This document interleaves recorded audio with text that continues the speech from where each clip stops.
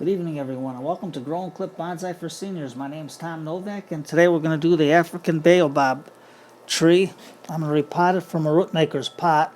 I had 7 out of 50 seeds that grew. 5 out of 7 survived the winter in my basement. Right now it's 62 degrees Fahrenheit, 17 degrees Celsius. Supposed to drop to 56 Fahrenheit or 13 Celsius by 3 a.m. today, so that's going to be a nice hot cup of tea weather. So this is the Baobab tree that I put in last summer. As you can see the date on there. And it's growing slow, but it's growing. But the soil, I'm going to try something different this time. Because here's the other soil I put all the pea gravel in there, and this one's growing faster than ever in the root maker's pot. But I'm going to try something different. 1 part worm castings, 2 parts peat moss, 1 part vermiculite, 1 part sand, 3 parts sifted perlite. Now to get the Baobab out of the pot, I'm going to use the chopstick because they got the perfect end to help push the tree out of the pot. They fit the holes just right. So all we got to do is push it out. They fit all the holes real good to help you get it out of the pot.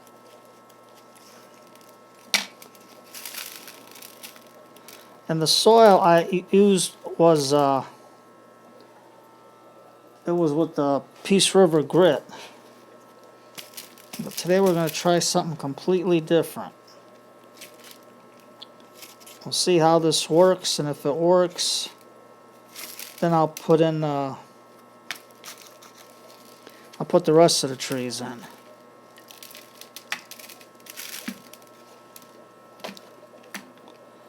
So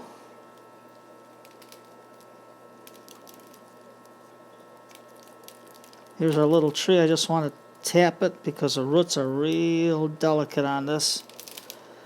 I don't want to really get it too flustered.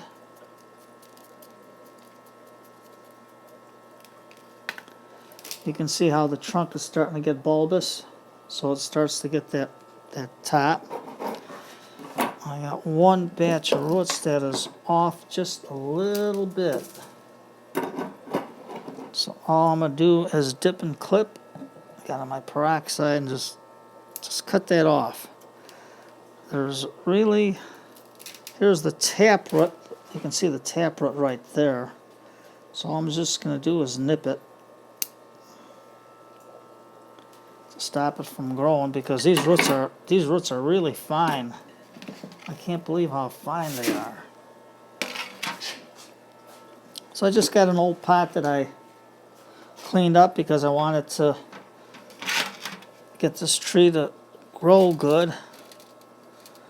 So what I'm going to do now, here's the mix.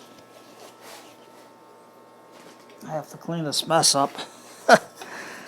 But here's the mix that I have. You can see it's nice and fluffy. So we're going to use that today. And if this works, then I'll repot the rest. But with the slow root growth on this tree, I think I'm going to leave them in that root pot maybe all the way until August. We'll see what happens. So now I'll just take the tree and we'll just gently put it into the pot. Get it to about the middle the best we can. Let me get my bigger measuring cup and put it in.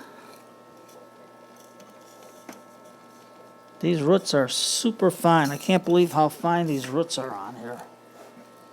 I mean, they're almost like a dust root.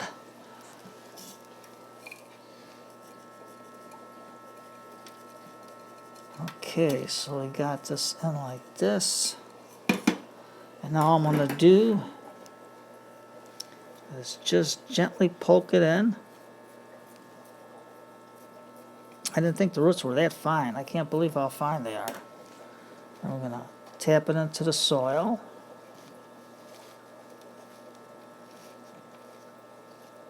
Leaving our trunk to develop.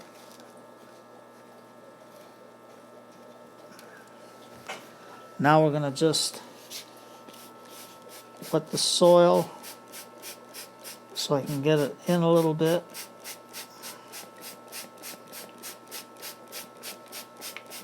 Let the water go in there and get all the air pockets out. I'll water it in a little bit more. There we go.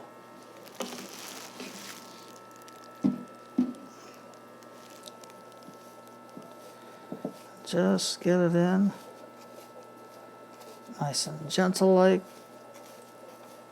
The taproot is strong, but I can't believe how the hairs are on the roots. I mean, they're really fine. They're not thick. You know how they get a lot of roots. You know, it looks like a bunch of spaghetti all together, but these roots are very, very thin. I cannot believe it. So hopefully this mix will help it out. Before I go any further, I'm just going to hit a shot of azus in there, beneficial bacteria, so we can get our beneficial bacteria growing into the soil, so it'll help the tree and the roots grow good. There. Now we'll just tap it down. Just like that. I don't know if you can see it nice. Let's get it back there. It's in there, but we're going to put a couple of rocks around it anyway. And once you wet the sand and the vermiculite in here, it tends to hold the tree in good, and it's a good drainage mix, plus it's good good to retain moisture too. Now, even with these cold temperatures that are coming through, these trees are hardy little buggers. I mean, they really, for me, they're doing good.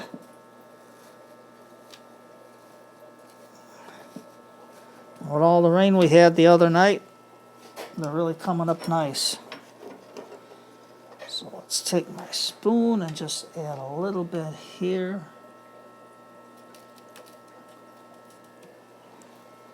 Okay, let's water it in until we start seeing some water coming out the bottom. So I know that the root base is saturated.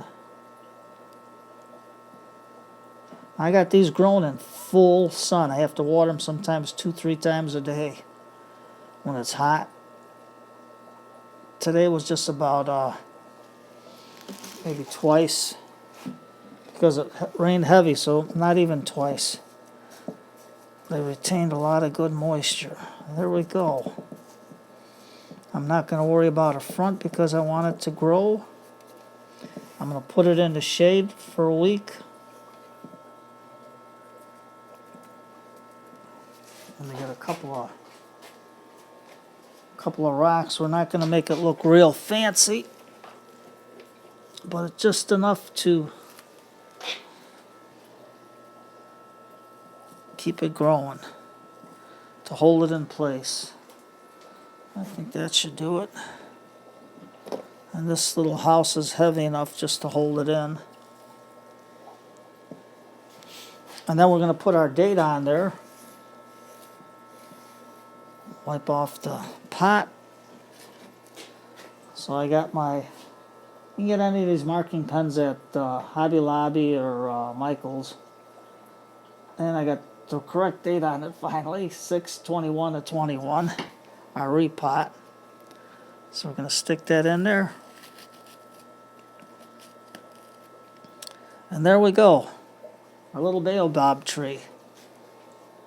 So let's see what happens. I'll let you know at the end of the summer. Let's turn our house around so we can see the entrance. Okay, so today's Monday night. It's comedy night. So I've found a good old time radio program on YouTube. They got Abbott and Costello. That brings back memories. So grab yourself a hot cup of tea, because tonight's the night for tea. Put on the old time radio, Abbott and Costello, the Bickersons, Fibber McGee and Molly, Burns and Ellen, Jack Benny, Bob Hope, whatever your favorite is. Sit back, relax, take care, and have a good evening. And